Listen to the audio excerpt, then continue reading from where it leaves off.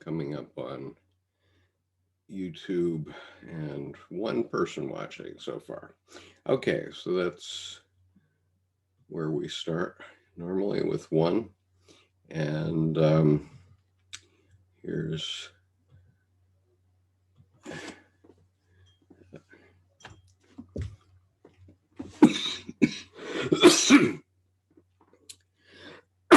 sorry, drowning on my coffee this morning.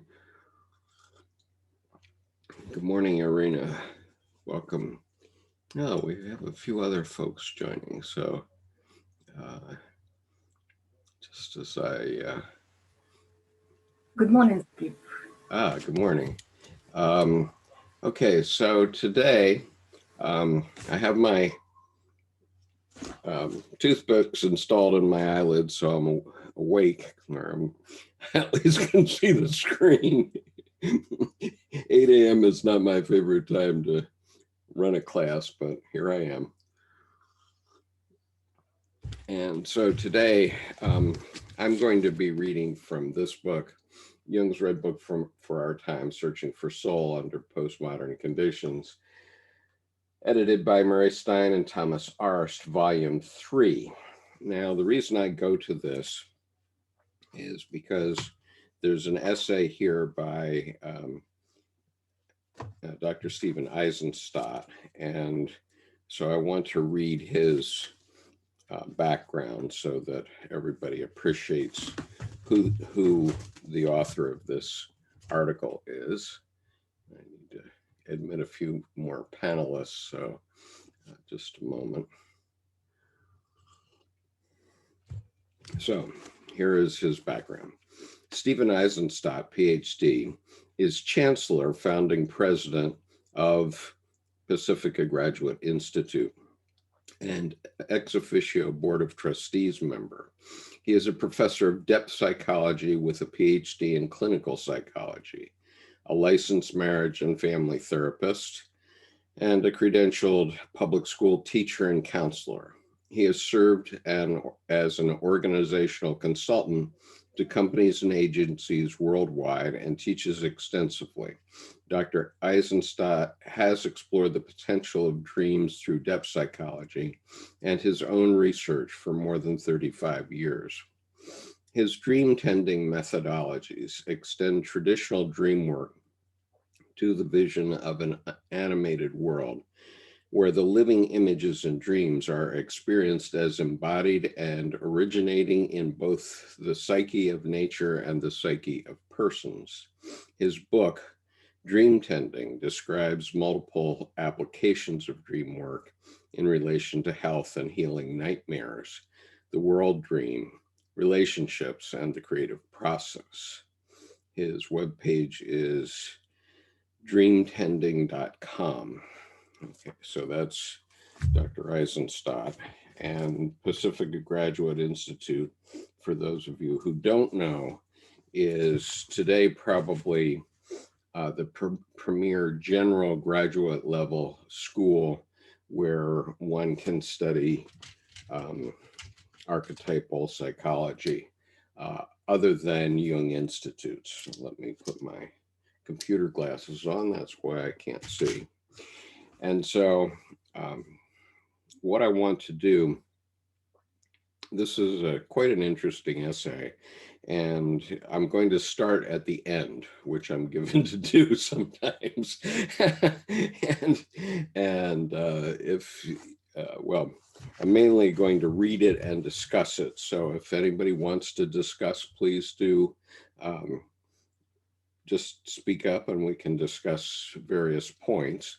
But what I have been doing with this series, since I'm aiming at people who don't have English as a first language, is I'm going fairly slowly through each of these essays. I'm reading a few sentences and then trying to explain them if I think explanation is needed. And if I think it's needed in the context of Jungian psychology. And so I'm going to start with the end. And so I'm reading I'm reading in volume 3 of the of the series, Jung's Red Book for Our Time, Searching for Soul Under Postmodern Conditions, edited by Mary Stein and Thomas Arzt. And this is actually the last essay in volume 3, but by no means is it less important than any of the others. I just selected this because I particularly like this essay, and I thought it would be useful for this style of teaching. So I'm on page 385 of this book, and here's what he's saying. And the name of the essay is The Quest for One's Own Red Book in the Digital Age. When embarking upon a meditative reading of the Red Book, something other is needed. Before opening the cover of Liber Novus, which is the, I guess, sort of the official name of the Red Book, take heed of the wise counsel that James Hillman and other Jungian mentors have offered. Open yourself to night mysteries and suspend yourself in a state of not knowing. Turn to a council of soul figures and ancient ones. Okay, so the point is that we're going into a different space, not our physical space, but our imaginal space. And the whole premise of Jungian psychology is that there is another world, and it's this one, but it's not visible. And so as I've been evolving how I teach this, I want to call it ultimately the divine realm, which is what they call it sometimes. And it is a field of experience that all humans know exists, but you can't see it or touch it. So it's not in the logos of life, it's in the eros. And so simply I'm running a year-long class on the tarot. And the tarot has existed now for 500 years, more or less in the same form. And the reason is that the major arcana are archetypal energies, and they're common to everyone around the world, but they cannot be seen. They can only be described. And that's the major arcana of the tarot. And so they exist in a divine realm. And so I've been trying to talk about that over the last few weeks, and we'll be going with it for another year on the Monday night sessions. And you can see the replays of them. But the whole idea is that if we're going to talk about Jungian psychology, then we have to talk about the spirit of the depths. And that's what Jung was exploring and explaining in the Red Book. Or, well, let's say he didn't explain it per se in the Red Book, but during the Red Book period, he opened himself to this imaginal realm. And he took careful notes, and then he spent the next 40 years explaining what he found. And so, and when he says the ancient ones, let's understand what this means. Dr. Jung talked about the 2 million-year-old man. Well, now we know that this 2 million-year-old man is not 2 million years old, but actually 3.5 billion years old, because this 2 million-year-old man, or this 3.5 billion-year-old man, has been in existence since the beginning of life on Earth. And it exists in every species in one way or another. And it has evolved. So all of our ancestors going back, and this applies to all living creatures, all of our ancestors going back to single-celled organisms have done two things successfully. They survived until they reproduced. They survived until they reproduced. And so reproduction wasn't really the issue, it was survival for the most part. And so this unconscious part of us, this 3.5 billion-year-old man, um, has kept us alive. So we all experience falling out, the idea of falling in bed, okay, where we'll wake up with a start in the middle of the night. And the reason for that is that millions of years ago, our ancestors were living in trees. And if they fell out of the tree at night while they were sleeping, very likely they were eaten.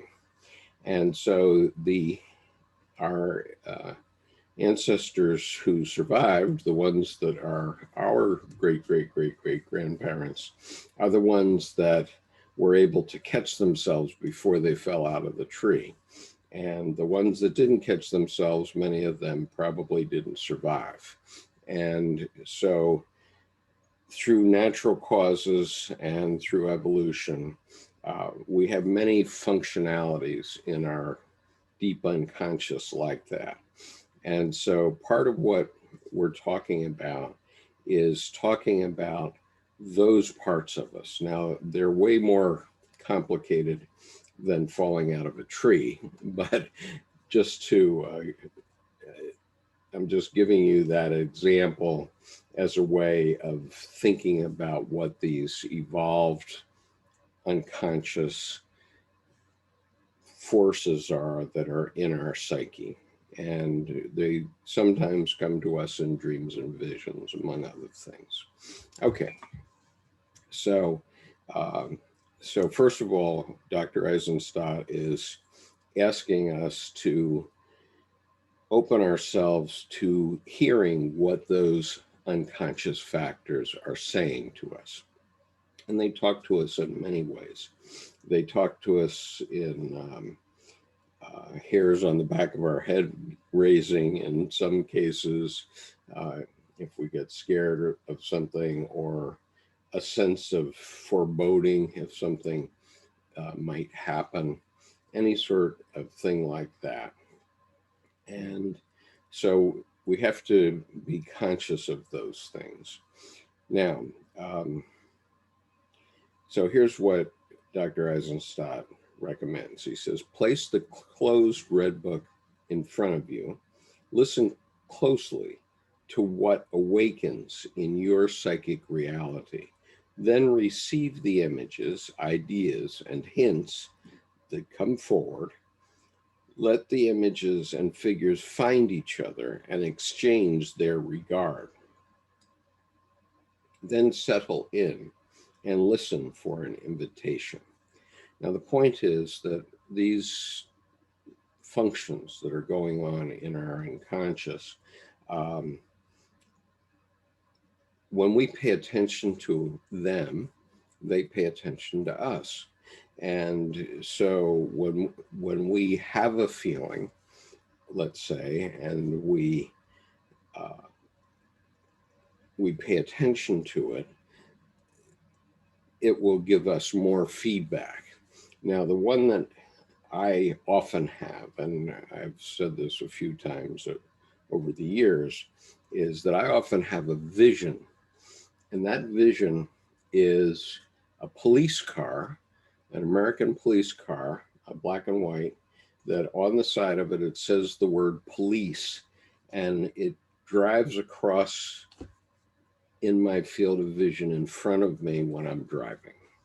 And for the longest time, I didn't know what that was, but very often this vision would be triggered and I would actually see it in my mind's eye, not physically because I would be driving, right?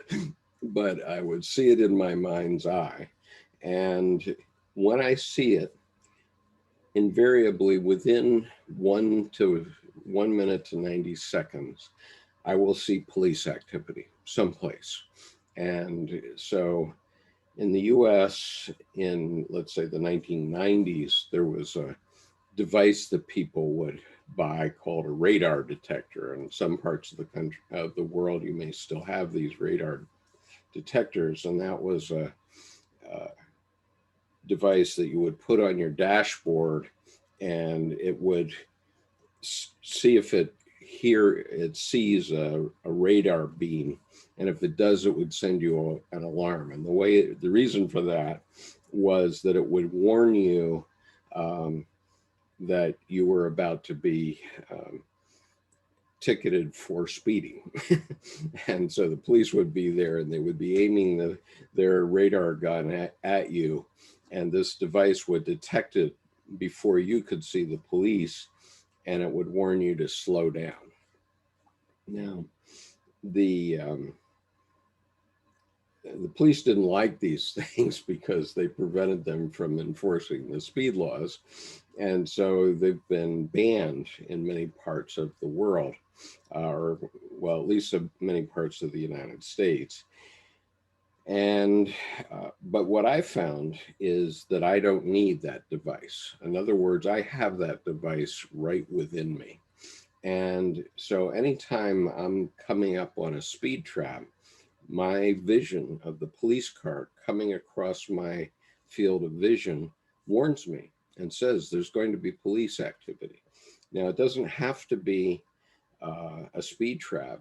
It could be police helping somebody that's been in an accident beside the road or something like that. But it invariably happens. So when I see that vision, and it happens, I would say it happens about once a month for me. Uh,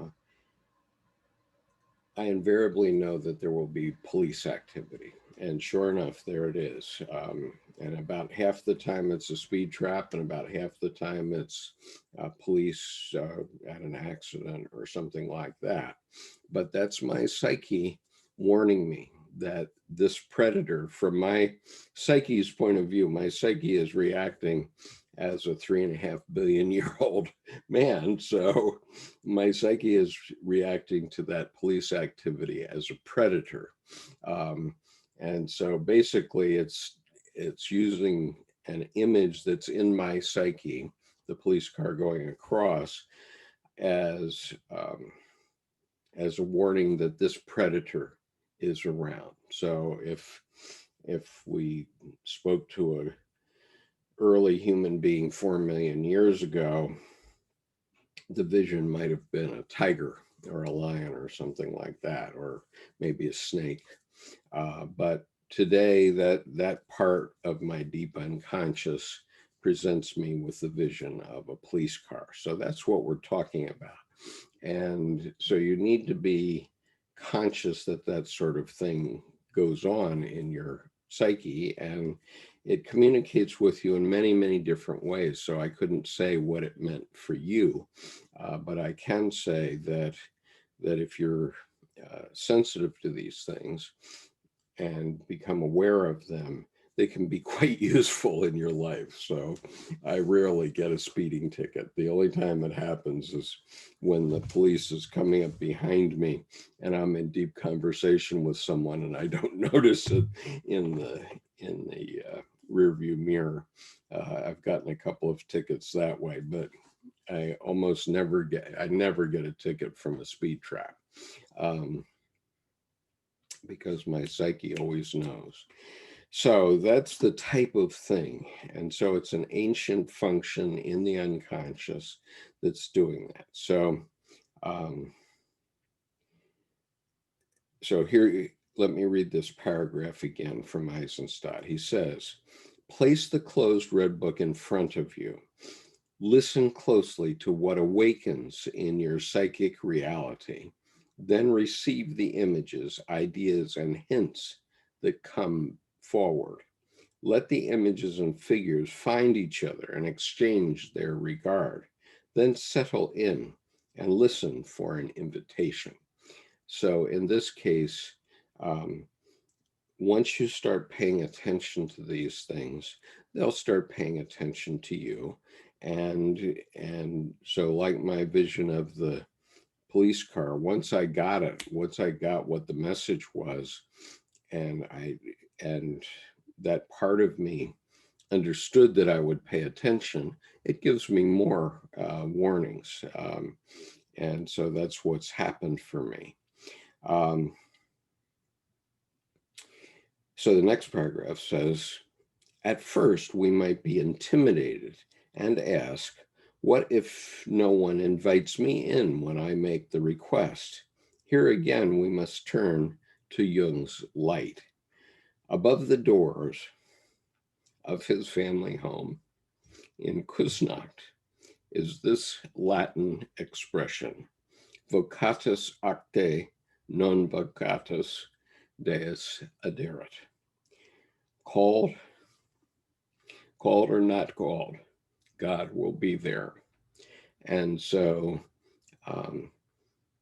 our earlier ancestors called these messages from God.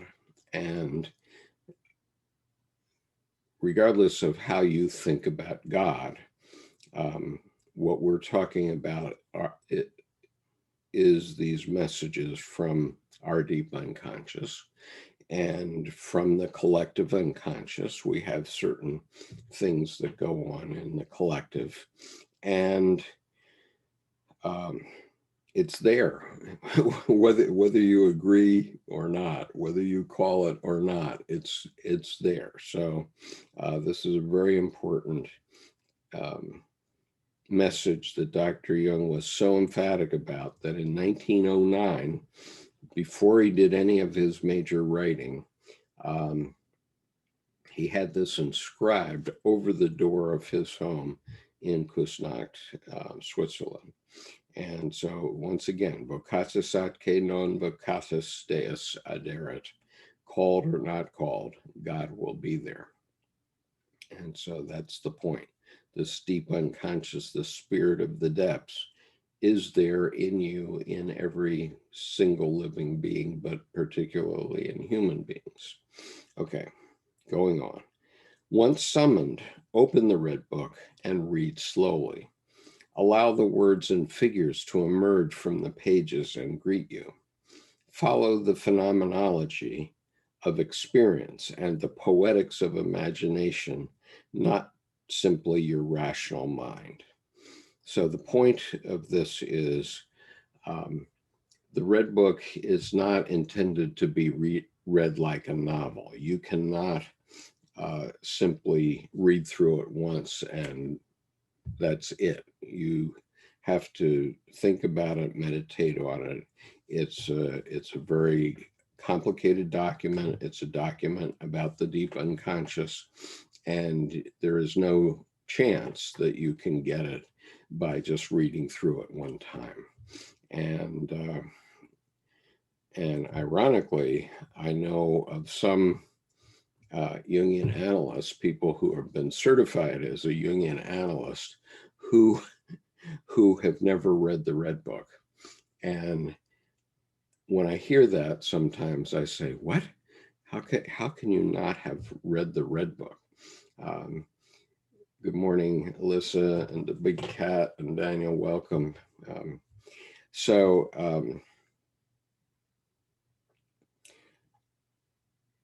the point is, what you're trying to do is you're trying to activate the same functionality in your psyche that Dr. Jung activated, but the messages that you get will not be the same as his. And he says that clearly in the first chapter, that he's giving an example of what happened to him and his images, but his images were different from our images, whatever they are.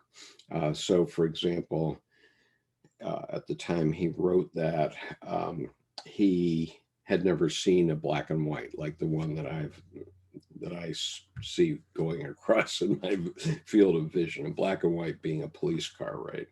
He had never seen one because there were barely automobiles at that time. But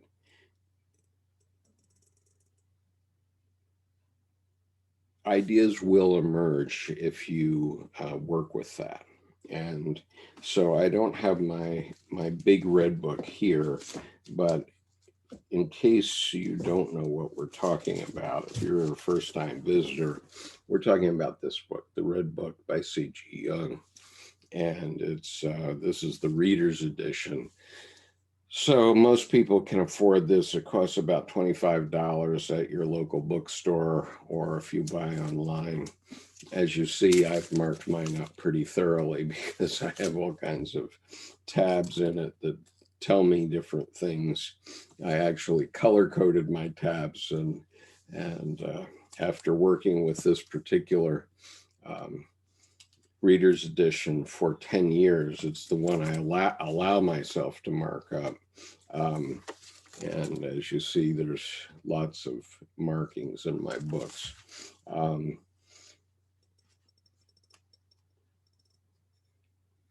But it requires multiple viewings. Now, if you can't afford a red book, they're quite expensive. The big folio edition, which has the images in it. I treat that book very reverently, and I now have a special desk for it in my living room, which I just acquired a couple months back, and I treat it very religious manner, as if it's a divine book, and I open it under those circumstances. And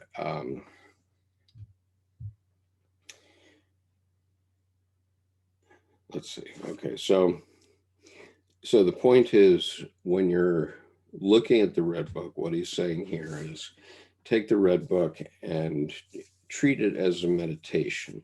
I mean, treat it as, what is it that it's going to say to you?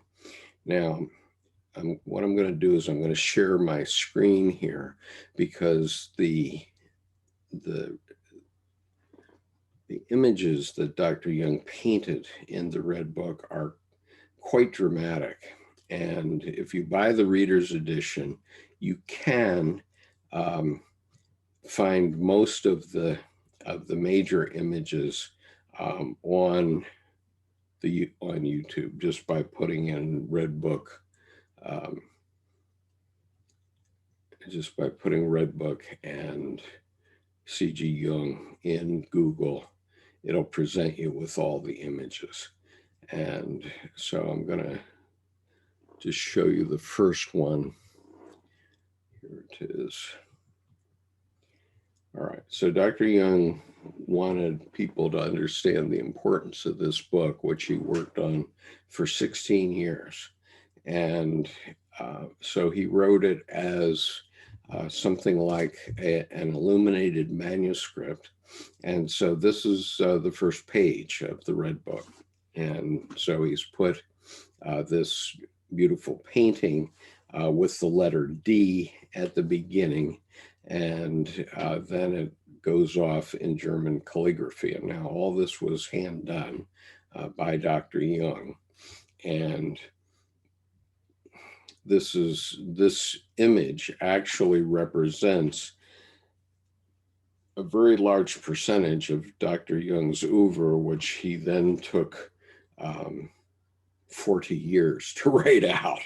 But the point is that we have emerged from matter, from the earth, down here, up through the oceans and living beings in water. And gradually we crawled onto land.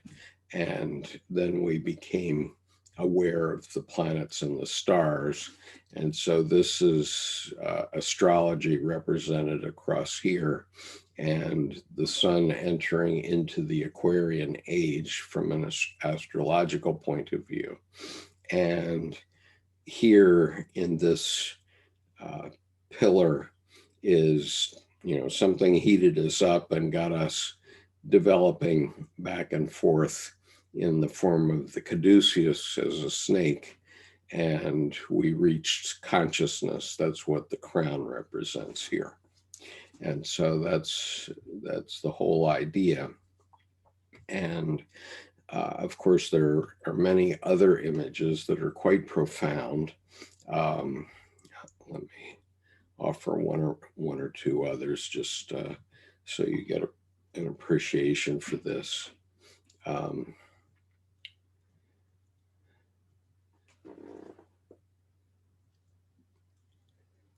okay, right. So here, unfortunately, this photograph I have of this is not the best, but um, you need to look at the original Red Book. But here's a painting that Dr. Jung did, and again, he's showing the snake, which represents the development of our psyche up from unconsciousness to consciousness, and from the mouth of the snake then comes consciousness. And this is why the caduceus is used to represent medicine, for example, and the two snakes representing the masculine and feminine snaking back and forth across the figure, because that's how we develop. And so that image isn't particularly beautiful because I didn't have good light on it when I took it, but I think you can get the idea from that. Let's see, what else do I have here?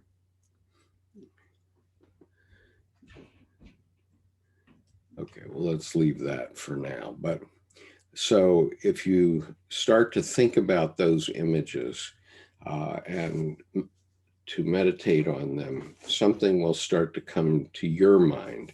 And that's what he's talking about here, is the idea that you will have emerge from your psyche things that relate to your life.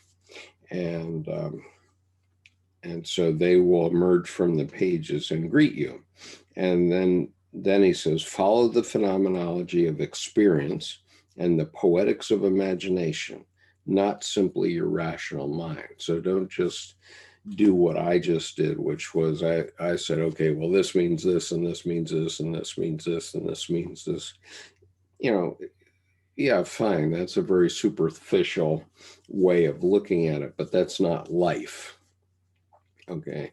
It's the same as everything in your room, every physical object in your room is a product of logos, and you can describe it. It was designed in a perfect way so that when it was produced, it would be beautiful to you and you would purchase it, but it's still an object. So you needed logos 100% to do that.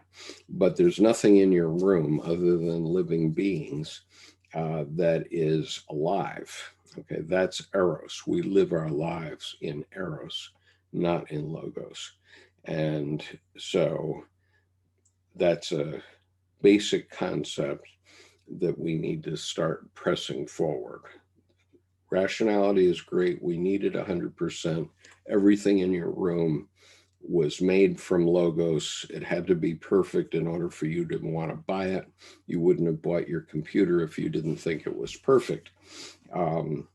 But that computer in front of you is not alive. Even my image going across your screen is not alive. It's an illusion. And the only thing that is live is living beings, and we have to be aware of that. And so what Hillman and Aizenstat are talking about here is recognizing that life spirit within each one of us. That's the key. And okay, so Eisenstein goes on, or Aizenstat goes on. As you immerse yourself in a slow and reflective reading of the text, watch, listen, and absorb the interplay and interactions between the images. So the point is that the images will interact with you, and they might talk to you. You might hear a voice. All kinds of things can happen. And you need to be sensitive enough to recognize those things are unusual and then reflect on what that could mean. And so, and these images can interact with one another. So, for example, in the Red Book, there's a scene where Dr. Jung is with the prophet Elijah, with Salome, who was, in biblical times, Salome was the woman that asked for the head of John the Baptist. And the third figure is a black snake. And all three of those figures speak to Jung in the course of the Red Book. And if I let it, if I focused on my image of the black and white going across, it might indeed speak to me. And even as I'm saying it just now, when I was first talking about it earlier, a few minutes ago, I was only seeing the image of the car. But now, as I'm saying it and talking about it, I'm seeing in my mind's eye the image of the car, with the hood of the car becoming a set of jaws, which is starting to open and talk to me. And that's kind of the image that's coming into my mind. And I don't want to focus on that image right now because I won't talk about anything else. But just to give you an appreciation, you can't tell that I'm having this vision, but that's the vision that's coming into my conscious mind as we're talking here. So Aizenstat goes on, pause at the open spaces in the text and allow images to come forward and announce themselves, as I just described it did for me. Here we are. Meet the emergence with an aesthetic eye, noticing what animates from the interior as well as the surface. So you have to understand what's causing these images to start to move. And then he goes on. Our personal Red Books would make visible our own unique journeys of becoming. In the process of tending our dreams and imaginal realities, we would receive hints from the images and figures evolving from the autonomous psyche, hints of what it is, but also intimations of what is intended for us and can be realized. Okay, so that's my story about the black and white. Through comprehending the dark, the nocturnal, the abyssal in you, you become utterly simple. And you sleep down into the womb of the millennia, and your walls resound with ancient temple chants, since the simple is what always was.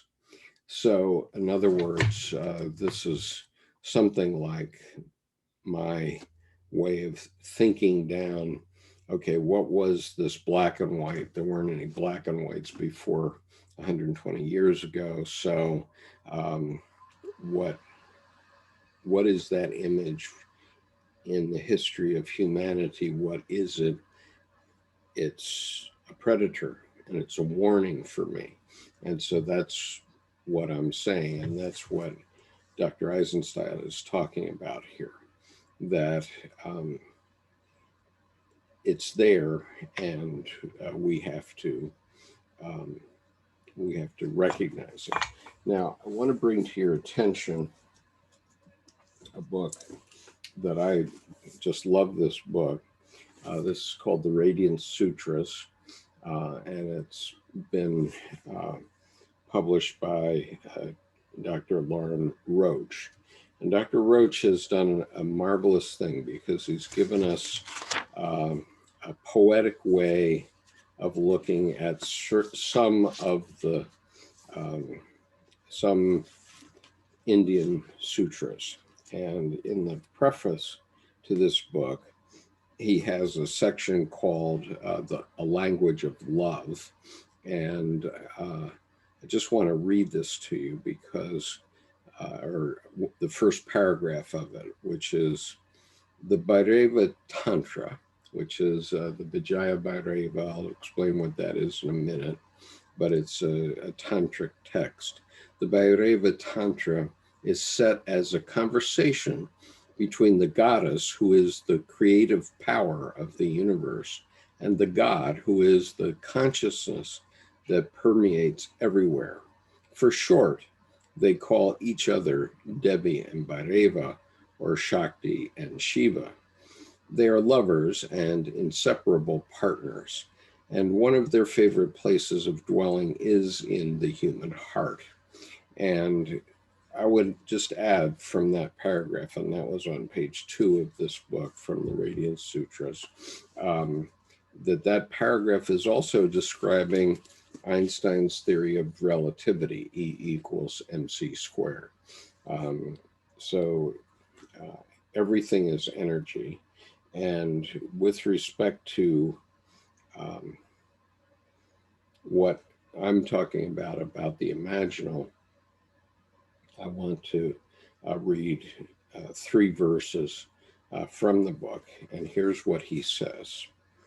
Elaborate rituals and garish images may be useful in meditation when your mind is whirling with thoughts of sex, money, and power, wandering like an elephant in the heat.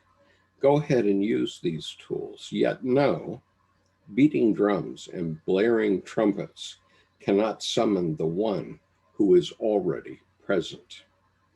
I am not a collection of incantations known only to experts. I am not a ladder to be climbed, a sequence for piercing energy centers in your body. I am not to be found at the end of a long road. I am right here. And so the point is that all of these images that come from our unconscious and inform our lives, all of them are right here. They're available to us. They're right here, right now, all the time, every day.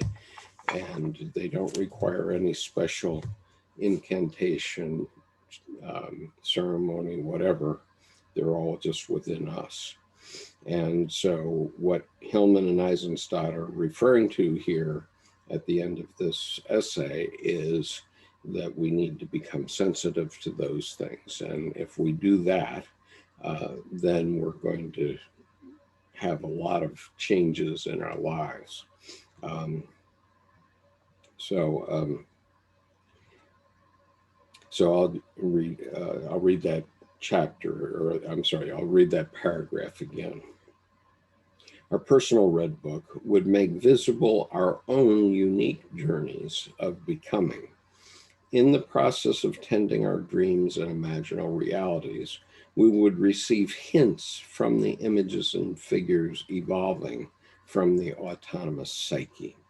Hints of what is, but also intimations of what is intended for us and can be realized. Through comprehending the dark, the nocturnal, the abyssal in you, you become utterly simple, and you sleep down into the womb of the millennia, and your walls resound with ancient temple chants, since the simple is what always was. And so what I want to point out here is, in part, he's referring to the individuation process. And just imagine this. Every living creature knows how to become itself. Okay, whether it's a human being or a dog or a scorpion, every living creature knows how to become itself. And it becomes itself, it matures and becomes a mature whatever, whether it's an oak tree or a human being. And so the point is that you had everything that made you you at the time that the first 2 cells in your body were created. The first 2 cells in your mother's womb, when the male and the female cells joined, from that moment on, you already had everything you needed to become you, to become a human being, and therefore recognized as a human being, no matter what, um, no matter what race, national origin, etc., you are. But from that two cells, your psyche, the unconscious, knew how to become you. And the rest of the development of you up to this moment right now is just the further elaboration of that fact. And so it knew how to create, your heart and your lungs and your spine and your brain and everything. All that was there in that first two cells joining together. And that also is true of every creature, whether it's a plant or an animal. Every creature knows how to become itself. And so what I'm talking about and what he's talking about here, I think, is to start to become sensitive to that process, which is always going on in you. I mean, I have gray hair now, and I have my birthday tomorrow. It's not a it's starting to get up to be a big number. And but back when I was a two-cell organism, at that time, it knew how to make me have gray hair now. And so it's not something that we're always conscious of, but nonetheless, if we look in the mirror, we see it happening.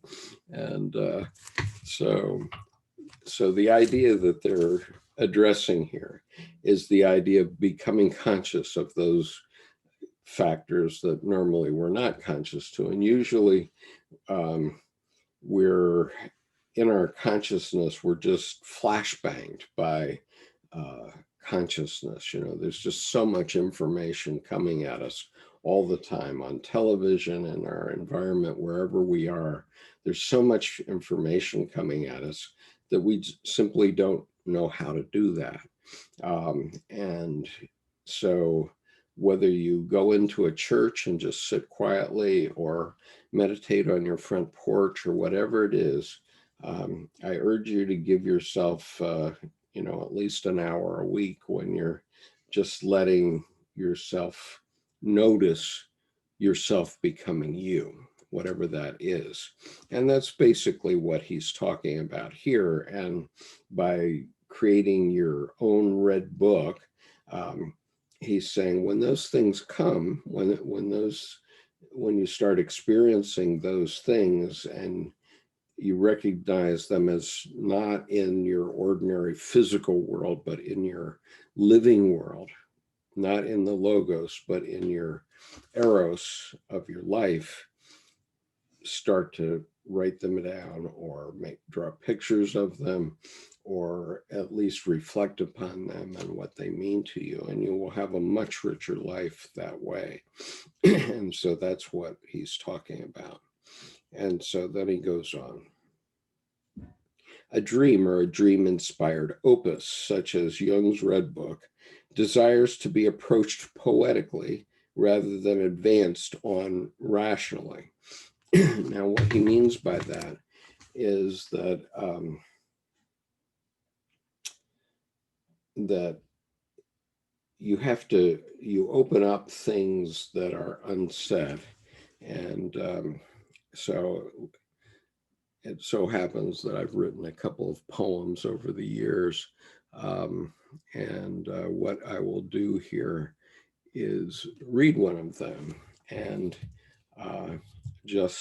and be warned, these I wrote 50 poems on the topic of on the topic of seduction, believe it or not.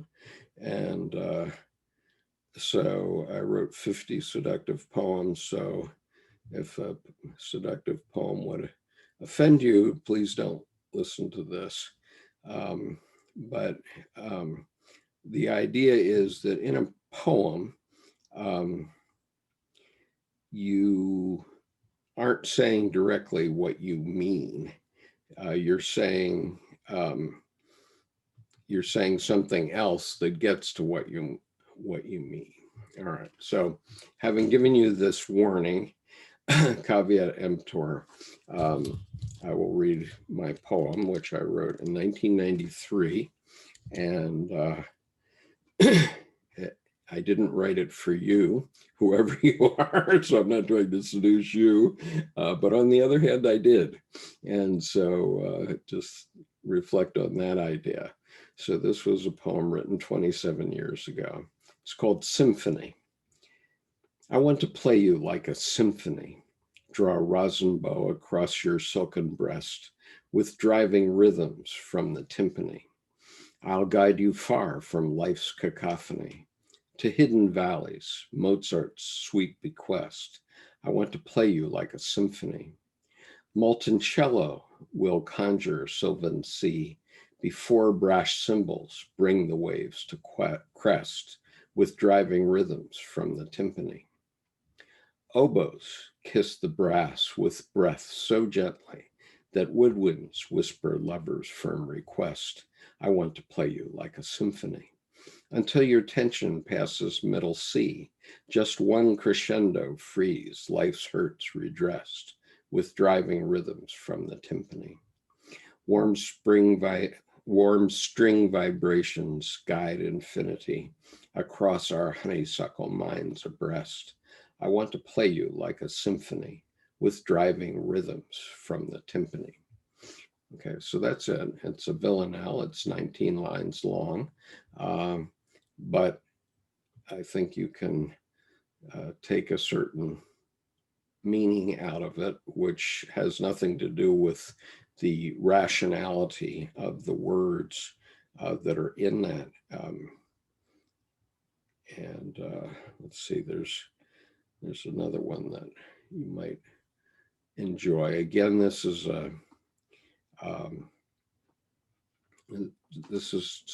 to try to understand what poetry is and a poetic way of thinking about things. So it's not, I'm not going to write a book about how I want to seduce you. I'm going to write 19 lines in a villanelle and you get the whole picture. And so then this is another poem. This is not a villanelle, but when I wrote this poem again in 1993, I was going to do a poetry reading at the Martin Luther King Library in Washington, D.C. And I didn't know what the audience would be like. And so it communicates something. And I had a book by the author of Women Who Run with the Wolves entitled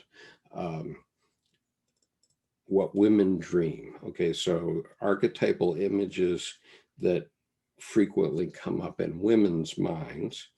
And this book was by Clarissa Pinkola Estes, who wrote the book Women Who Run with the Wolves. And Dr. Estes is a Jungian analyst, still very much practicing and writing. And so I'd read her book, and so I had all these images immediately in my mind the night before my poetry reading. And suddenly this poem started to come to me, and I simply channeled it. I simply wrote it down. And in 45 minutes, this poem came. And so I'll read this poem to you. It's called The Whale and the Horse. Okay, so what could be more different than a whale and a horse in the rational world? And so this is entirely not about the rational world, but it is about life. So here's the poem. The Whale and the Horse. I dreamed I was a mighty whale, and you a majestic white horse, who lived on an arid plain so stale, you couldn't find love's source. My habitat was a blue-green cove where I often swam and dove, and though our forms were sealed by fate, we found we could communicate. You often came to a cliff edge where you could see me swim. You found a path beyond the ledge where you followed your precious whim to step gingerly down the path through thorns to my white sand beach where you could touch my warm, moist bath, allowing me to teach of joys of love and of joys of life and joys of love from many years ago, beyond the strife of thorns above, in precious realms below. But when I looked at your foreleg, I saw a bloody stream of bright red ooze from thorny peg, nightmare within a dream. I bade you join my moist pleasure, but you couldn't stand the sting. I gave the secret of my treasure, the balm for which men sing. Your hooves dug deep, you wouldn't weep. You found my amber ball. You stove it in, released within, its vapor raised the pall. Now free to run and have some fun, you galloped in the surf. You ducked your head into the foam, then dove into my turf. We swam and dove inside my cove until on one deep dive, we surfaced for breath, defeating death, and flew up alive. We flew above your arid plain and dripped our splashing waters, and everywhere our bodies dripped, the trees gave birth to daughters. We cavorted nearly every day until the plain was lush, and then returned unto the bay where we found your belly plush, with the fruits of love's wisdom transcending our kingdom of time and space we all know. Our child brought our freedom to fathom the wisdom of leaving life's flow to love's glow. Okay, that's it. So as you see, that is all metaphor. I didn't say anything directly about it, but I said plenty about life and about how one finds love and so on. So I was scheduled to do this reading the next day. And when I got to the Martin Luther King Library, I actually didn't know who my audience would be. And what I found was that I was scheduled to give this reading in the lobby of the library. And the audience was about 50 indigent Black men. These were men who were probably homeless men who were living on the streets, and they would come into the library to get warm. And so I was doing my reading to these Black men. And so I said to myself, oh, good. I wonder how this is going to work, because it occurred to me that these men might not have an appreciation for Jungian-oriented poetry. And but I read about, I don't know, 20 poems that day, and I did change one word when I read the poem to this particular audience. I changed the color of the horse from white to black. So it began on that day. I dreamed I was a mighty whale and you a majestic black horse. Okay, so I made that change only. And I read through the poetry. And at the end of it, there was just silence among these Black men. And then several of them came to me and said, could you read that poem again? They wanted to hear that poem, The Whale and the Horse, again. And so obviously, even though the imagery that was in that poem was imagery that I knew consciously from Clarissa Pinkola Estes. I knew that this was imagery that is found in women's minds, in women's psyches, because women dream about these various things, about flying and about being an animal and various things like that. So I knew that. But here, the poem had affected these men, and not only very intellectual men, but very simple men. And so you never know how these things will affect others. And so obviously on that occasion, this is 27 years ago now, I was able to touch something that was very, very deep in the unconscious of this audience that I had that particular day. And that's what we're talking about here, is being sensitive. So, in the fullness of time, of course, I've never seen any of those men again. So I have no idea what effect my poem may have had on them. But I do know what effect it had on me, and also my experience of what it appeared happened with them. And so that's what we're talking about, is to be sensitive and understand that here I took imagery that is typically in women's minds, particularly American women, perhaps, because Dr. Estes is an American white or Hispanic American white woman. And yet I was able to find and realize and recognize that this imagery is also in the men that were my audience on that day.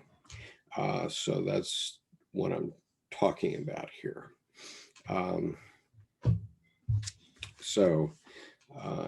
so that was a dream-inspired piece of poetry. And so here, I'm going to read this paragraph again.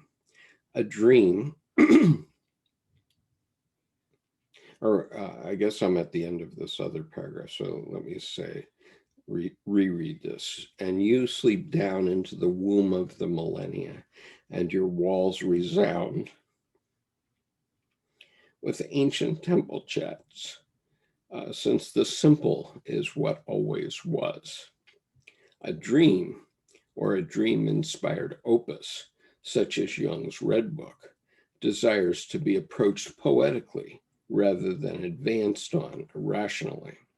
Animated images, when given time and regard, illuminate. They tell their deeper stories and offer their radiant endowment. How glorious would it be to vivify Jung's journeys in the Red Book and to thrive ourselves in that magical place where the spirit of the depths and the spirit of the times are one. Can you imagine? And so you see that just telling the story of that particular day is still very numinous for me. It's very much alive because it brings tears to my eyes and makes me quite emotional. And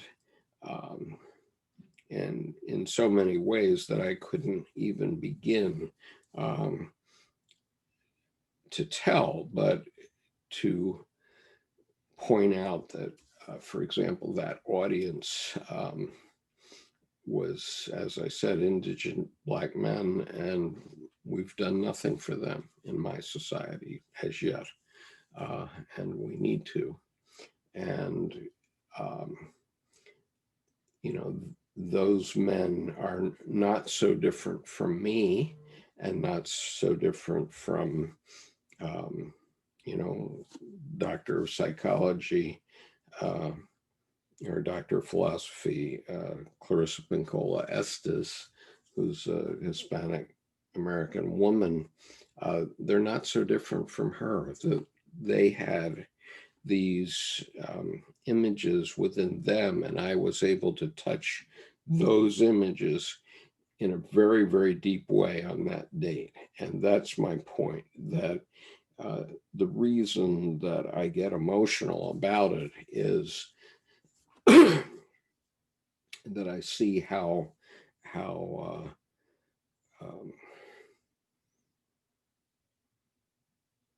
we've been bludgeoned in our society not to recognize the humanity of our fellow Americans or fellow human beings, and yet we are all the same at depth, and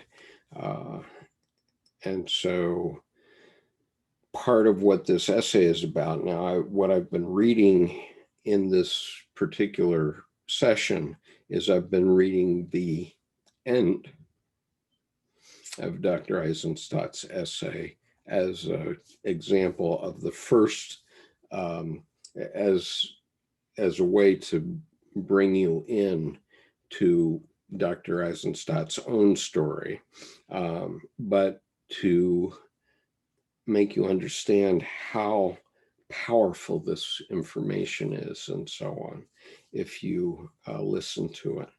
Now, I've sort of finished that ending part, so let me ask if anyone in my panel has any comments about this that you'd like to speak to, or if anyone on the YouTube chat wants to ask questions or make comments, I'll be happy to discuss that. So Dina Cuervo says, I love to start my days listening to you. Thank you so much for this. Okay, thank you. You know, a comment like that, Dina, is very special, because I do make an effort to get up at 8 o'clock on a Sunday morning to do these particular sessions. And sometimes my psyche is saying, where's my coffee? Oh my God.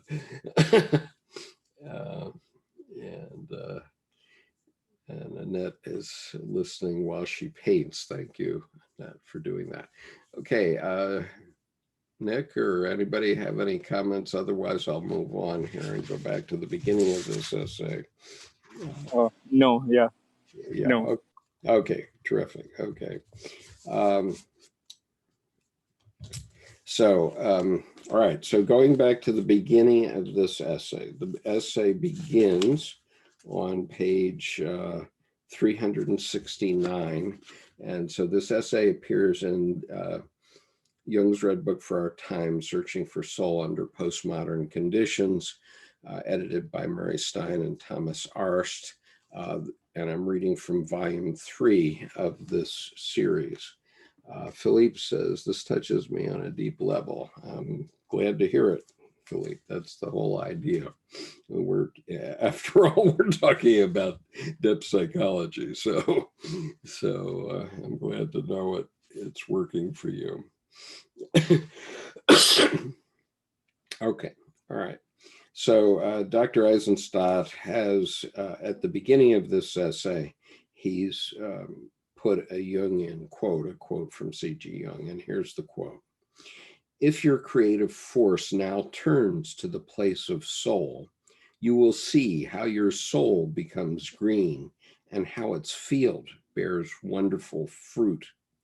And so, you know, I would argue that this poem of mine, The Whale and the Horse, is an example of that, where I turn to the place of my soul, my deep unconscious, and blurted out this poem in 45 minutes. And it touches not only me, and still 27 years later, even though I've read and pointed to this poem many times. It is, it still moves me.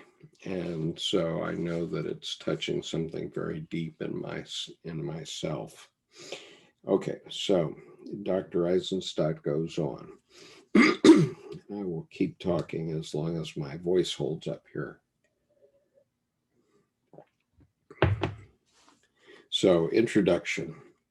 There are real threats to our existence and well-being in this world and in the worlds behind and beyond this world. Toxins and pollutants are wreaking havoc with our environment and our health. Earthquakes, forest fires, floods, hurricanes, and other natural disasters ravage one portion of the globe or another with blinding frequency. Through it all, we are swept up in a perfect storm of scientific and technological advancements that has produced cars without drivers, computers with soaring IQs, watches that administer EKGs and email them to your doctor, and space centers with the potential to launch humans into galactic orbit. Meanwhile, back on Earth, millions of people feel more alone and spiritually impoverished than ever. Embracing the Red Book as a personal meditative journey can help us better envision our places in a multidimensional universe and reconnect us to the abundance of our unique genius, that seminal soul spark sourced in the animated psyche. The Red Book offers neither answers nor solutions, but rather portends an arrival, a surfacing of creative imagination, and the emergence of the possible. This discussion of the relevance of Jung's Red Book in helping us to nurture the spirit of the depths in tumultuous times unfolds in three parts. The first is an account of my life's work in the praxis of dream tending and the ritual of digs, which are Jungian-inspired journeys into the inner reaches of the psyche. In the second section, I offer perspectives on how the genius and vision of Jung's Red Book can illuminate the inherent paradoxes of advanced technology and help us deal with the ever-growing omnipotence of our cyber world. Lastly, I share reflections on the Red Book as a tool for personal exploration into the depths of one's own relationship to psyche and offer suggestions as to how one might embark upon that enlivening journey. Let me begin with how most things begin, in imagination and dream.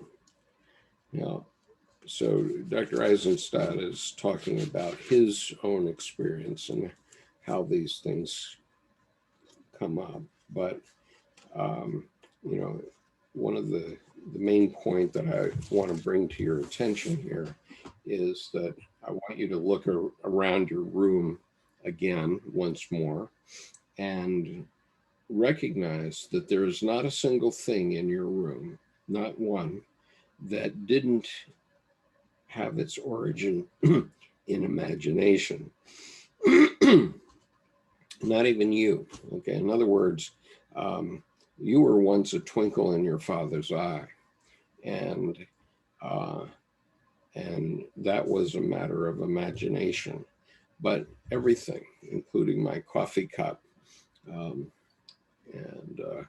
I have a special coffee cup here today, so I'll just share that with you. But I guess I ought to drink my coffee. Anyway, that coffee cup was at one point a part of the imagination of the person that created the drawing, that created the cup, that designed the imagery on the cup.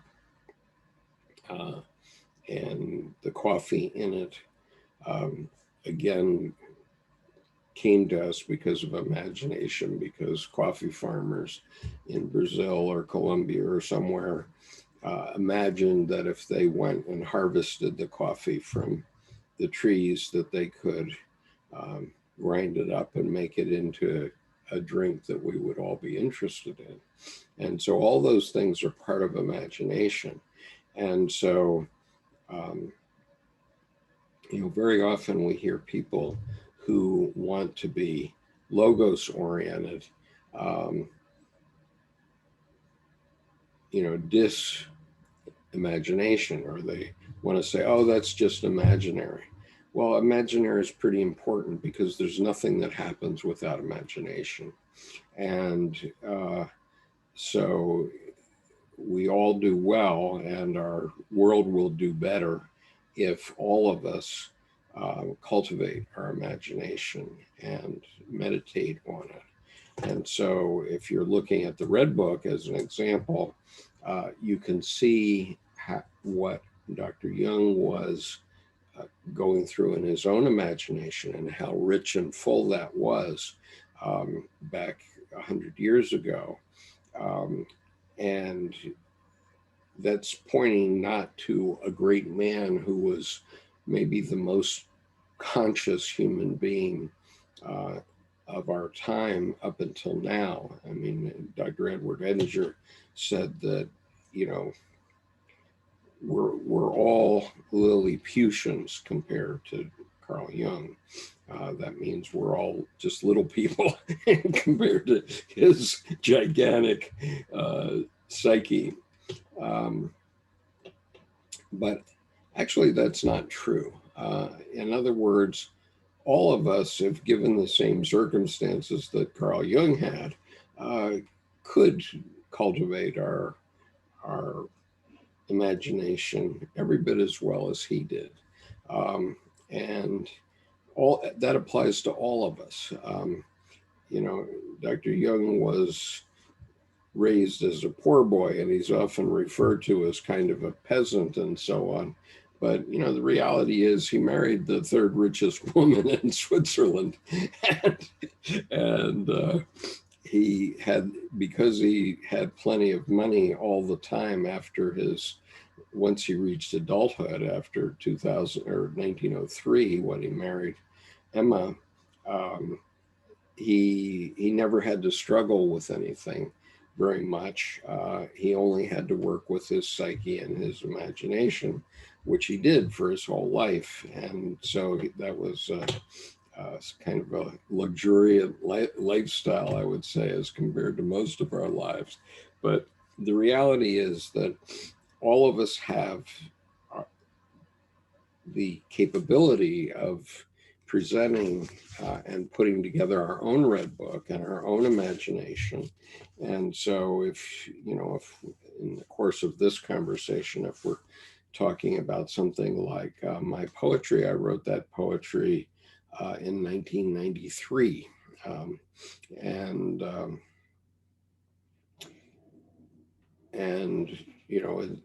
The fact that I wrote that book is quite meaningful to me and to my life even today. And as I start to prepare to try to create something that even looks like Dr. Jung's Red Book, I very likely will include some of those poems in it if I learn my calligraphy well enough. But there's nothing magic about that. I mean, you don't have to have a Red Book, and you don't have to be an expert calligrapher. You can make things messy. I'll give you an example. Colleen Kibert and I are working on a project that we'd like all of you to participate in between now and the 7th of November. And that is to chronicle the collective unconscious for the next month, for the next 5 weeks. And the reason for that is we want to see how the collective evolves during this period of time. And we can do that by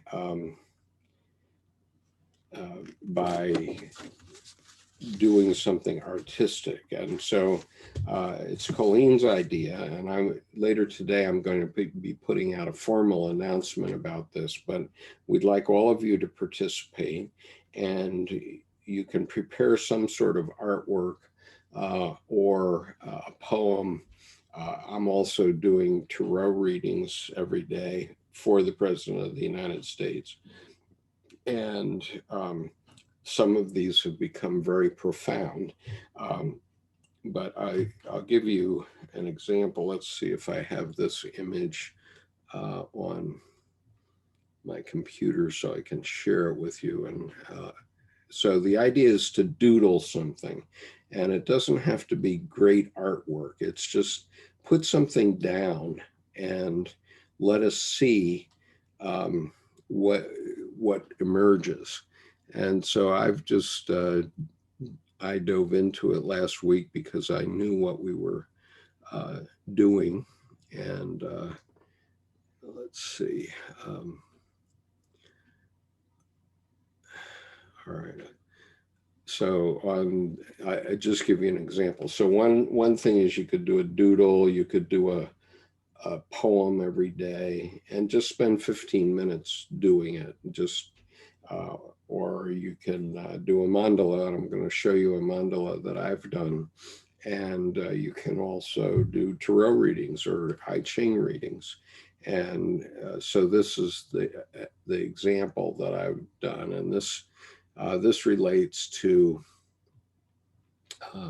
as you see, September 28th.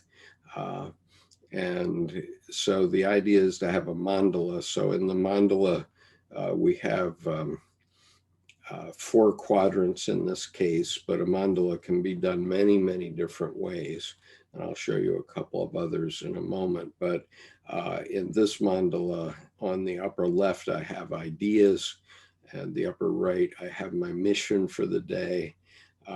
In the lower right, I have my ego for the day, and in the lower left, I have the shadow. And so just to show you some ideas that were coming that day. And this B was the beginning of a calligraphy exercise that I was doing maybe 6 months ago, and was just on the sheet of paper. But ironically, one of my friends from this group, Mirtis Oliveira, who is very interested in the Korean group BTS, along with me, pointed out to me that BE is the name of the next album of BTS by synchronicity. And so that just is a synchronicity there. But anyway, so I was contemplating on the state of the world, which is what this mandala is about, right?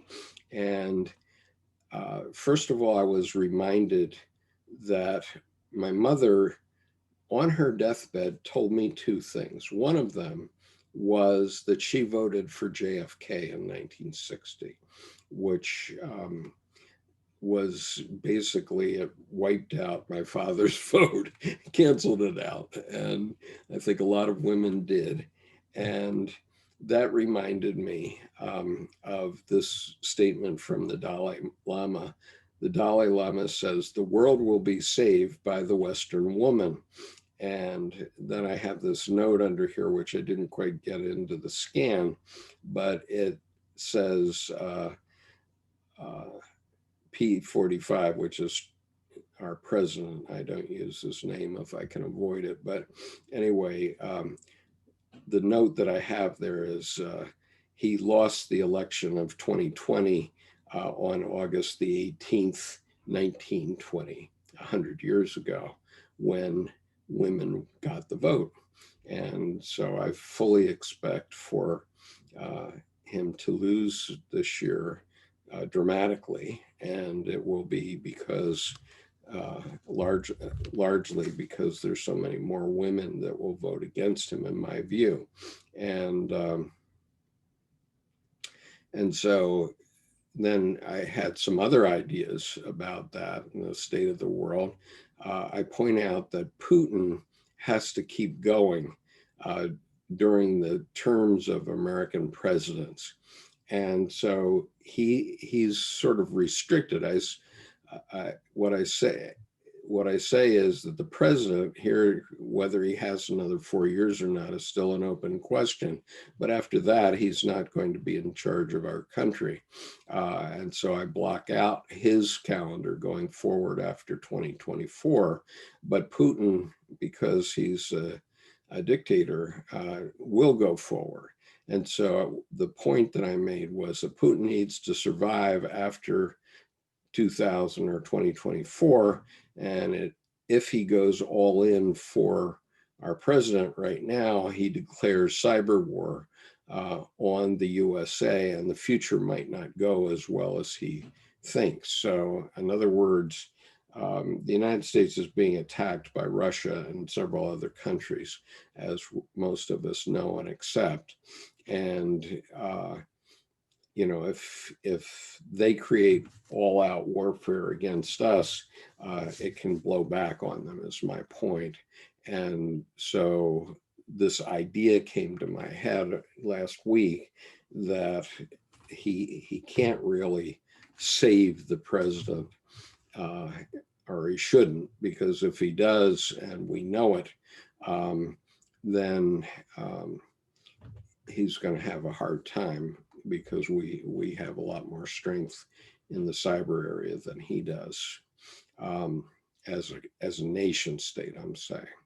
Okay, so also I was thinking about the mission right now, and so here I was imagining what the debate was going to be like, because this was the day before the debate between our president and Joe Biden.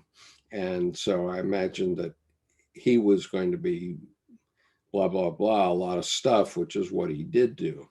And so what I point out is that, as regressive as white supremacist groups are and so on, these Proud Boys things, they are the really men who just want to play with guns in the woods. They're not guys who are prepared to risk their SUVs, their big screen TVs, and their guns in a civil war in the United States. So even though the president of the United States is trying to hype up the possibility of a civil war in the United States, that is not going to happen.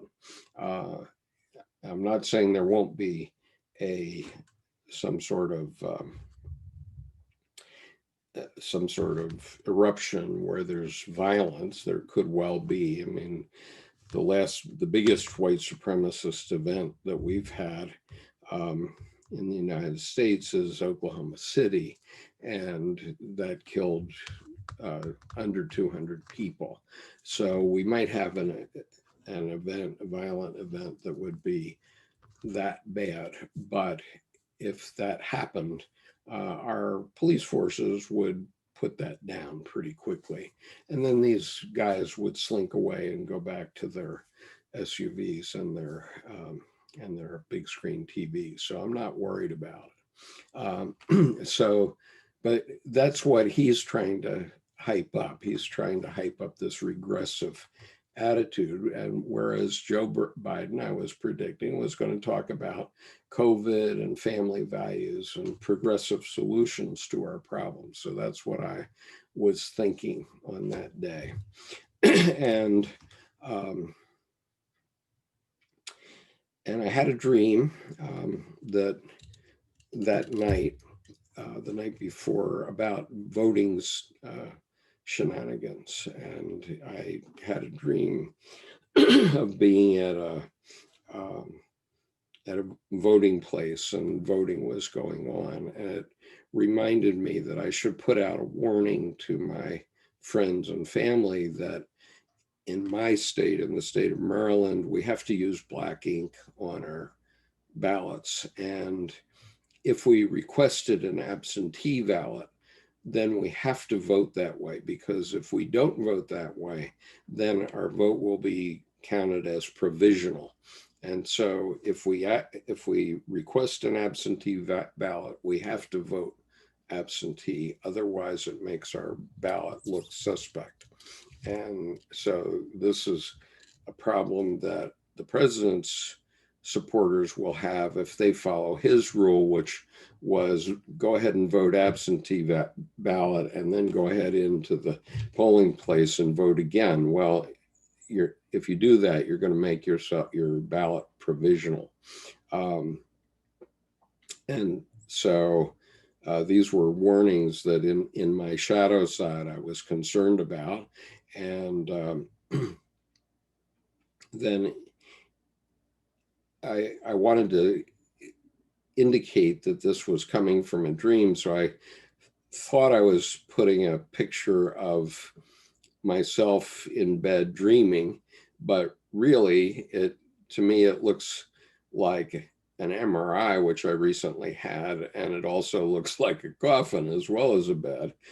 So these are worries because I had a MRI recently and they found a little cyst on my kidney. So now I'm having to go through all the medical stuff to figure out what that cyst is.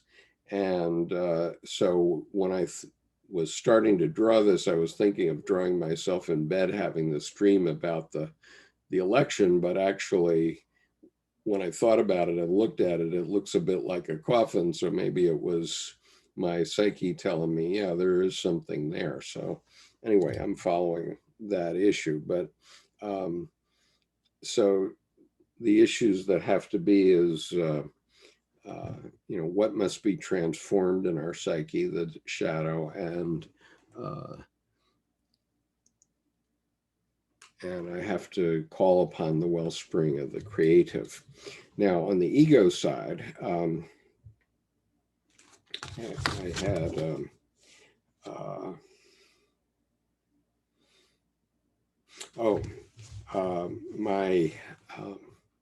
my wife had me watch a movie called The Social Dilemma, and apparently a lot of her friends are very worried about what is happening with our kids, where they're always staring into their cell phones and not paying attention to one another.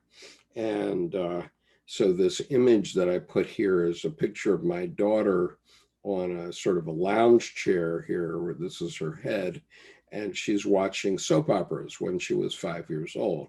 And so she would come home from school every day and she would watch these soap operas all the time. But the point is, let them get sated by that, because after she was 6 or 7, she never looked at those soap operas again. And so now she's in her 40s and she's got 4 sons and she has a perfectly normal life. So I don't think that we have to worry about our children being taken over by artificial intelligence. Artificial intelligence still is not that intelligent, by the way. It may be very logos oriented, but it is not alive, and life finds a way. And so this is just a quote that I said to my mother-in-law. My mother-in-law's name is Geneva, and I said, don't worry, Geneva, young people will tire of their phones. Nothing boring there. I meant to say nothing happening there. They will find other pursuits, like finding spouses and having children and all kinds of things. So, and so again, I was saying that my daughter is a mother herself now and has a religious life, and she was not badly influenced by the fact that she was watching soap operas in that time. And so so somehow the ego will be transformed over the coming days, and we already had that happen. And I'm not going to share with you right now what I said in my other daily events, which will, Colleen Key-Bear and I will be, with Tim Holmes, will be having a reveal on November 7th. We invite you to join us and to present your own things. I'm asking people to do something every day if possible, but as often as possible between now and election day. It can be a poem, it can be a doodle, it can be a mandala like that. Obviously, you saw that mine was quite humble. Mostly was very verbal in it with really terrible drawings, but then what we want you to do is we want you to select 3 and submit those before election day, which are going to be talking about what was on your mind during this month. And then we want you to do one additional one between election day and November 7th and submit that. That'll be the 4th one. And then on November 7th at 7 p.m. US Eastern Time, which will be 4 p.m. Pacific Time, we're going to have this reveal. And so what you'll do is you'll submit these to me, to my email address, skip.conover@gmail.com, and I'm going to put together a PowerPoint and give everybody an opportunity to talk about their 3 pre-election and 1 post-election image or poem or whatever it is. And that's what this special session that we're going to have on November 7th will be. And so I think it'll be quite interesting, and it'll really explore what the collective unconscious is, what is going on in the collective unconscious right now. It will explore participation mystique. It will explore various things about foreknowledge and so on. So, and also synchronicity. So in the case of the tarot work that I've done, I've had a couple of really amazing tarot readings in the last few days that actually predicted the president's illness and what is likely to happen. And so I've put the tarot readings out on Twitter. So if you follow me on Twitter at skip_Conover, you can find my tarot readings, and you'll find the imagery plus my reading of the imagery. And so if you're interested in that, you by all means go back to my Twitter feed for the last few days, and you'll see my readings, and pay special attention to the ones from October 1st, 2nd, and 3rd. But I can tell you that the synchronicity in those 3 readings is very, very interesting. And it will give you a sense of what I'm talking about here. So anyway, later today, I'm going to put out an announcement jointly with Colleen. We have prepared this announcement. And so it'll be a 3 to 5 minute announcement video on this YouTube channel where you can hear again what the instructions are. And so please start to think about that, and start to think about doing something artistic. It can just be a doodle, as Colleen says. And you can go back to, let's see, on her presentation the other day, she did a presentation with us the other day. And so I'll share the link for that. And in that presentation, she talked about doodles. And so this is, I'm putting it on the Zoom chat right now. This is the link to what she said. And then I'll put it on the YouTube chat too. So if you want to get an idea of what she was talking about, these doodles, you can take a look at that video right now, but then, and that's the link. And then come later on today, I'll have a formal announcement.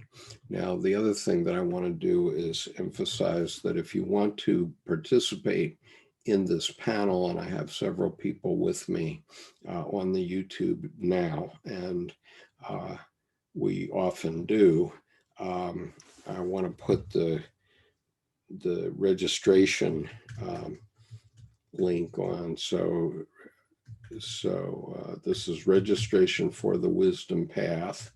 And these are free events that we are sponsoring. Tim Holmes and I are sponsoring. And if you go to that link, you can register and then receive my notices about that. And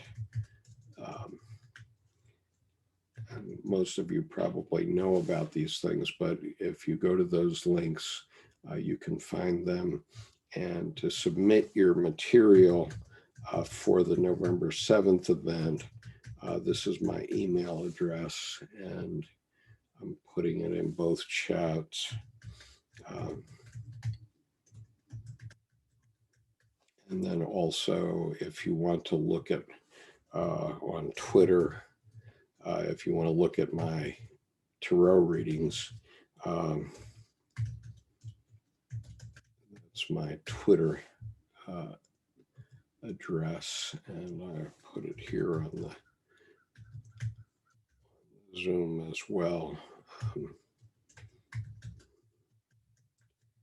Okay, so probably since it's now 9:44, I think I probably have accomplished what I could do for today. And so next week, I'll begin with part 1 of Dr. Eisenstat's approach to the Red Book in this particular essay. And the subtitle of that section is called Dream Tending, a Portal to Journeying, a portal to journeying. And there's a little quote at the beginning of it, so I'll just read that now as a tease, and then next Sunday at 8 a.m. U.S. Eastern Time, so 2 p.m. European time, I'll start to work on this part of the essay. But this is the quote that Dr. Aizenstat included. He says, "Dreams are the guiding words of the soul. Why should I henceforth not love my dreams and not make their riddling images into objects of my daily consideration? The spirit of the depths even taught me to consider my action and my decision as dependent upon dreams. Dreams pave the way for life, and they determine you without you understanding their language." And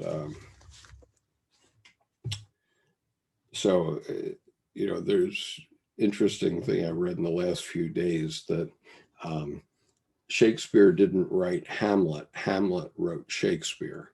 And so that's something to consider and think about over the next few days as we watch the current events. And I look forward to seeing you again next week. And thank you all on YouTube for following. Let's see, Rocket King says, Skip, if Wotan was the underlying God archetype rising up to grip the world in the 20th century, what kind of spirit of the depths do you think is approaching us now? Well, I think that you have to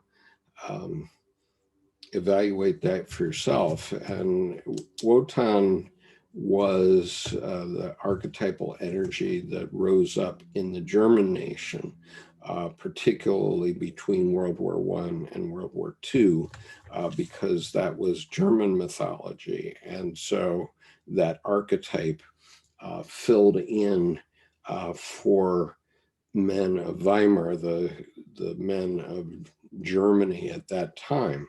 And so the thing to remember is that most German men were pretty much alike in those days. I mean, and probably in some ways rightfully so, because what we had done after World War I was that we had put very punitive terms on the Treaty of Versailles. And so the result of that fact was that Germans lived in really, really extreme poverty during the 1920s for more than a decade. And so that created a lot of resentment among the German people, quite naturally. And just put yourself in that position. Okay, you've lost a war, but now the people who won the war are coming in and they're just grinding you down further and further, even though there's no war going on anymore. That's going to definitely cause resentment. And so Wotan was able to capitalize on those energies, that resentment, to create Nazi Germany, which led to World War II. And Dr. Jung knew that was happening from 1919 because he could see it happening with the people he was talking to in his clinic. And it was coming up in dreams of the Germans. So that was Wotan, early to mid 20th century. And yes, he did represent the archetype that was manifested at that time. But the United States is not Weimar Germany. Okay. Dr. Jung said in volume 10 of the collected works, which is called Civilization in Transition, he said that the thing that gave him hope was the Western democracies. And why is that? The reason is that we do have diversity. That's our strength. That's our fundamental strength. And so the point is that the reason the US has become so strong in the world from a military point of view and an economic point of view is that we do have people from all over the world who have connections all over the world who are now Americans. And every time a good idea emerges from anybody who's an American or even who's an immigrant, every time a good idea emerges, we all adopt it very quickly. And not only do we adopt it, but now it's being adopted all over the world. So when I started to make trips to Beijing in the 1990s, I went to Tiananmen Square, and oh, by the way, on the corner of Tiananmen Square, there's golden arches of McDonald's. And so whether that was a good idea or not, I don't know. But nonetheless, that idea, that American idea that people seem to like, was already there. Let's see, there's a comment. And Eileen, thank you so much for your comments. And I appreciate your getting up early to listen to this. And my friends in China, I expressly am doing this at this hour so that it's convenient for you. So, but anyway, to finish my point, so whenever there's a good idea, we all adopt it. And so another example is Starbucks. Starbucks has been adopted all over the world. And what's amazing to me, or was amazing to me, I did a lot of travel in Saudi Arabia 20 years ago, and or 15 years ago. And I found that in King Faisal Hospital in Riyadh, there are 4 Starbucks cafes in the building. Okay. Within King Faisal Hospital, there are 4 Starbucks cafes. And the reason that's interesting is that the chairman of Starbucks, the developer of the Starbucks idea, is a man who's a known Zionist. And nonetheless, a good idea is a good idea. But when bad ideas emerge, then we're going to grind that out of the system in the United States. And so that's quite a different type of archetype that's at play than was at play in the time that Wotan became so powerful in the 1920s and 30s.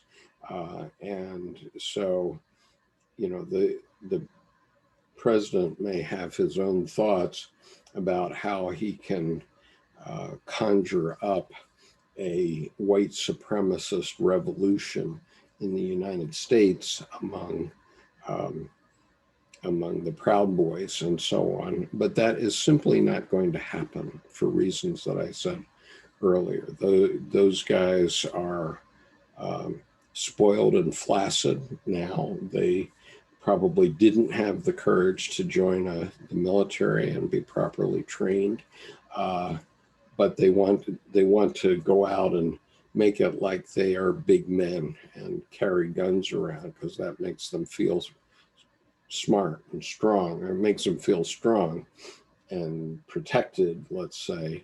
But the reality is that, even if a group of them were to think it's a good idea to have a civil war, that will be put down very quickly. I mean, we saw that example in Kenosha, where this poor 17-year-old kid got sucked up in that idea, and he went to Kenosha and he was carrying his gun around, and he got confronted, and so he started shooting. And he was so young, he's 17 years old, that he didn't know any better. He started to shoot, and so now 2 people are dead and his life is ruined. But that's a very small incident. And look at what happened afterward. Have you heard anything about Kenosha since then? Okay. If there was going to be a civil war, people would have started that. Okay. And so that's the type of thing I'm talking about, which is, yes, we can have small violent eruptions, but there's not going to be a civil war in the United States. And I have been in the U.S. military in one way or another my whole life, and I still carry an ID card, and I've carried one since I was 10 years old, and I know the training that American military personnel are given, and I cannot feature or possibly imagine that the American military is going to come to the aid of a civil war for white supremacy in this country. That just is not going to happen. And that's something I can talk about in very great length at some point if it's desirable. But the reality is that the American military is not going to be supportive of this cockamamie idea that the president has, that he can ignore the results of the election if he loses. That just is not so, and it cannot happen, and it will not happen. That's my prophecy, and that's my story, and I'm sticking to it. Let's see here. So the Big Cat says, America has millions of resentful working class Caucasians. Well, yes, we do, but those resentful working class Caucasians are angry at the wrong people, because the people that are ripping us off are the fat cats on Wall Street. It happened to me. I lost my life savings. I fought them for 10 years in the courts, and they are completely controlling our economic society. And so all of us are entitled to be resentful, but we have to be resentful against the right people. The people that we should be resentful of are the fat cats who've just given themselves $3 trillion because of COVID,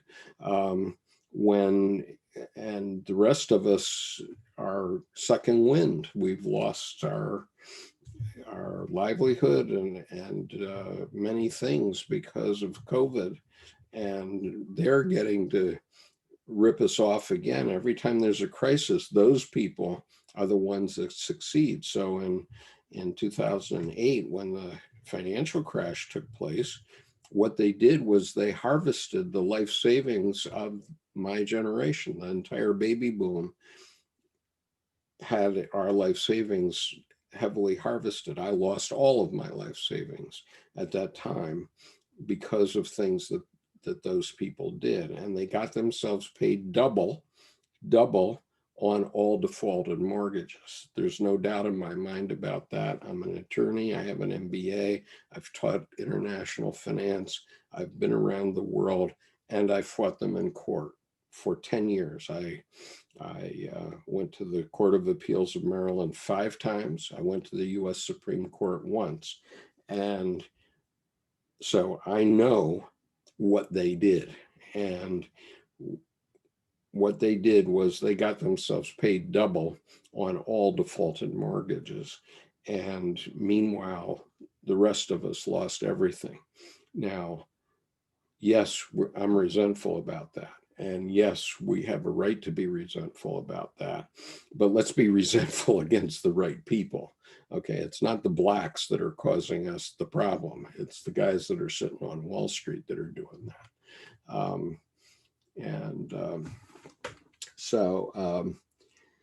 Dan says, I missed the first half of this. I'm going back to listen. Thank you.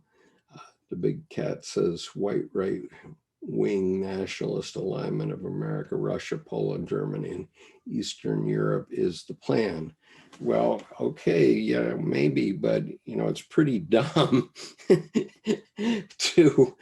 to fight the wrong people, and that's what they've done. That's what our president has done. He's gotten us fighting people of a different color from us, and thinking that they're the problem. They're the problem, really?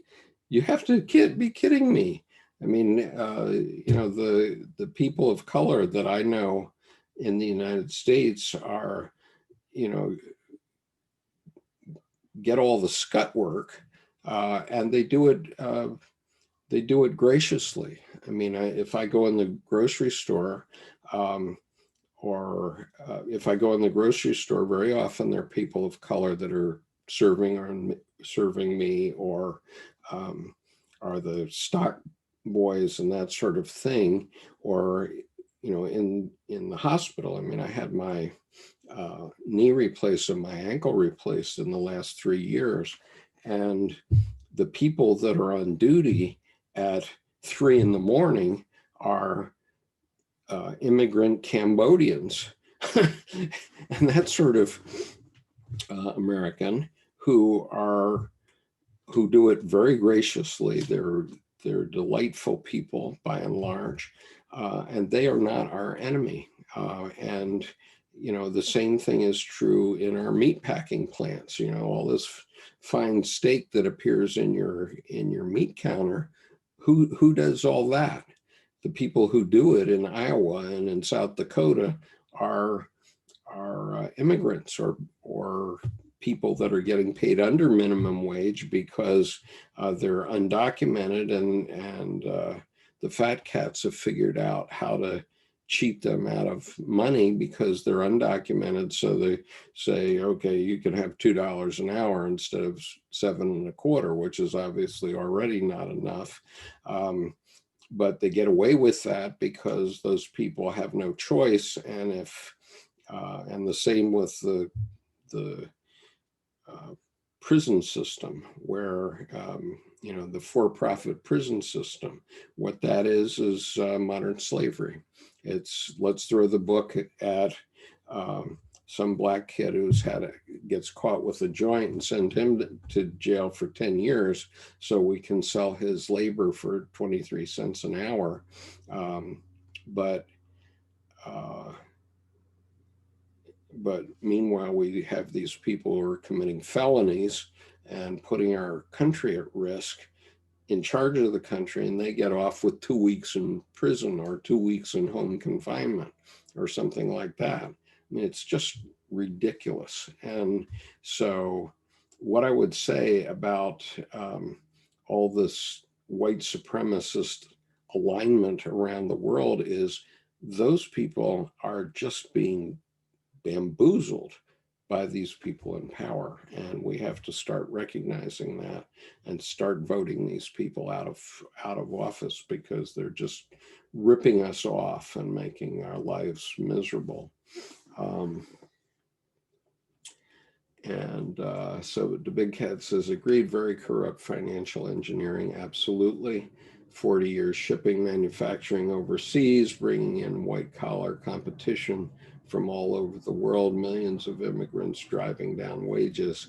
Well, I don't think it's the immigrants that are driving down wages. I think it is the fact that we have shipped our manufacturing sector offshore, and that's a big issue. There's also some reason for that, but very honestly, we've made difficult jobs not palatable to Americans. A lot of Americans aren't willing to do a lot of those jobs. So, I was a part of it, and I know, because I created the medical transcription industry in India, and the company that I founded employed 6,000 Indians in 40 production centers to type medical transcription for US hospitals. Why? Because we could not find Americans that were willing to do it enough. Okay, in 25 years of working in that industry, I found very few American women still willing to do that typing work, and men don't do it pretty much. It's 90% women. And so we could not find American women who were willing to do that work. And so the way we found labor to do it was by taking it to India. And so, yes, that took jobs that had been American jobs away from the United States. But on the other hand, American middle class people who were educated enough to do that work were not willing to do it. And so, and furthermore, we're benefited when we have a global society where people have skin in the game. So, for example, I have a friend that's in the Navy, and he's a pilot, and he called me up one time and he said, well, Skip, if we have a war against China, then China can send up 3,000 jet fighters against us. And if we have 5 aircraft carriers over there in the Pacific, then we can only send up 500. So they've got us 6 to 1 in terms of numbers. And I had to say to him, you don't have to worry about that, because China is not going to go to war with the United States, because if they were to do that, their economy would collapse. Okay, I mean, we're taking something like $800 billion worth of goods from China every month. What would happen if we had a war with China? Well, the Chinese economy would collapse instantly. And so the the very idea of having a war with China is just ridiculous.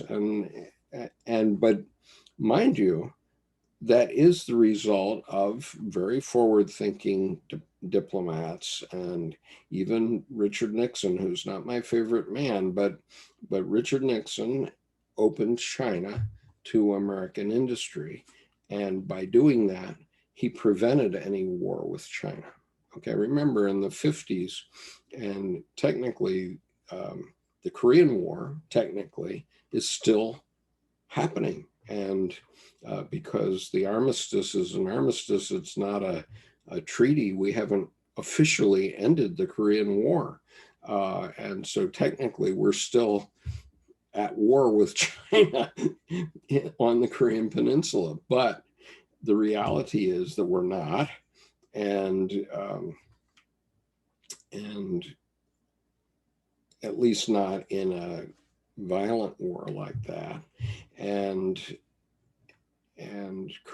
South Korea has been able to thrive, really thrive, since that time. And China is just not going to go to war with the United States. I'm not saying anything about the leader of North Korea. The way they rule that country is a real shame, and I feel very sorry for those people. But he's not going to make the United States and China go to war with one another, not for a second. And so yeah, there's a balance. But the fact is that by shipping some manufacturing to China, we have prevented a global violent cataclysm, a global world war. So that makes sense. And this is why we have people with great experience who are normally in government, who understand that these things are trade-offs, and we have to decide what we do. Now, I do acknowledge that politicians in both parties have ignored a lot of working class people in this country. There's no doubt about that. But that's true of both parties. And the major problem here is not immigrants. The major problem is the way the financial system works, and the political system works, and the propaganda system works, so that people aim their resentment at the wrong people. They make you think that you should resent people of color, when in fact you should resent them. Just think about this. In 2008, when the crash happened, the Secretary of the Treasury went into a meeting of 9 investment bankers, and he had them each sign a single page of paper borrowing from the federal government $25 billion each and putting it on their balance sheet. And this was done in less than an hour. He went into this room with 9 men with 9 sheets of paper and said, sign this, we're going to give you each $25 billion. Okay, has anybody ever offered you $25 billion? Okay, so they did it. And the US government gave them right then $225 billion, okay, to put a halt to the crash of 2008, which didn't really work, but it slowed it down. Okay, but the issue is, did that 25 billion or that 225 billion ever get paid back? Not so as I noticed. And so that was just like free money to those people. And meanwhile, they harvested the savings of my generation. So for me, Yeah, I'm resentful about that, but I'm resentful about it against the right people. I'm resentful about it toward the investment bankers that do that, and toward the elected judges that let them do that and facilitate that. And so we have to be angry with the right people.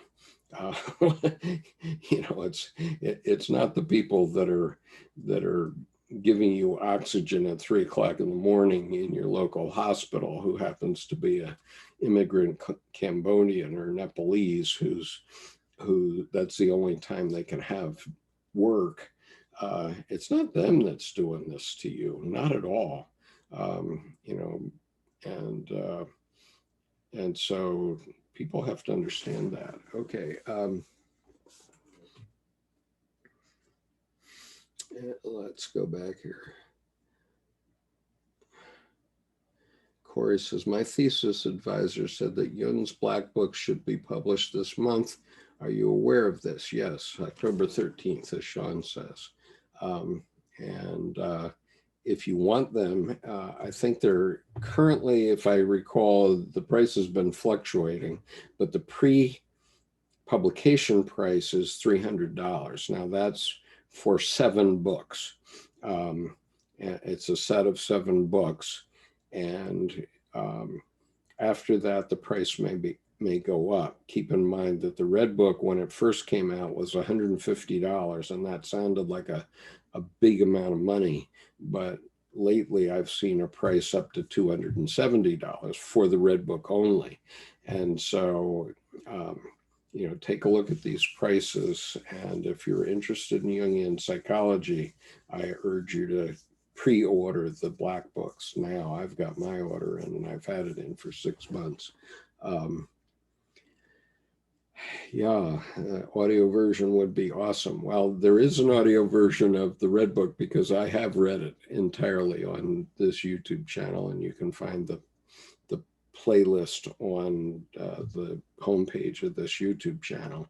And as for the Black Books, I have no idea what we're going to have in the Black Books, but we'll see what they do. And meanwhile, I'm up to my neck in things to do. As I've said, I've been reading this article from Steven Aizenstat from volume 3 of this book. And I expect that's going to take another 4 weeks or so to complete. So until then, until next week, I'll read some more of this essay. That'll be the essay that I'm looking at, which is in volume 3 of this series. It's the last essay in volume 3. So I have to stop talking now because so anyway, thank you, Lamar, and I'll look forward to talking with you all next week. And there will be no Carl Jung Psychology reading group, my regular Monday night reading group tomorrow, because I'm going to celebrate my birthday. And I'm going to dedicate that to my family.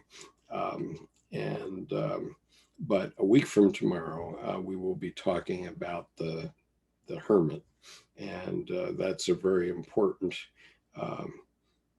archetypal idea in the Tarot. It's card number 9 of the Tarot, and the Hermit is we see him in Merlin or in Gandalf or many other people in the movies who play the wise old man. And so the wise old man, the Senex is an archetype. So we will be talking about that at the Monday, October 12th session of the reading group. And we will be dark tomorrow. So anyway, have a nice rest of your Sunday, and I'll see you soon. There will be an advanced reading group on Wednesday as usual, and other events will be coming on. So, and please do pay attention to the announcement of our November 7th session, when we'll be doing a show and tell about the collective unconscious for this period of the run up to the election. And that'll be a very, very interesting session. And we hope that you will participate in it and assist us with it by submitting your material as well. So see you then. Take care now. Bye.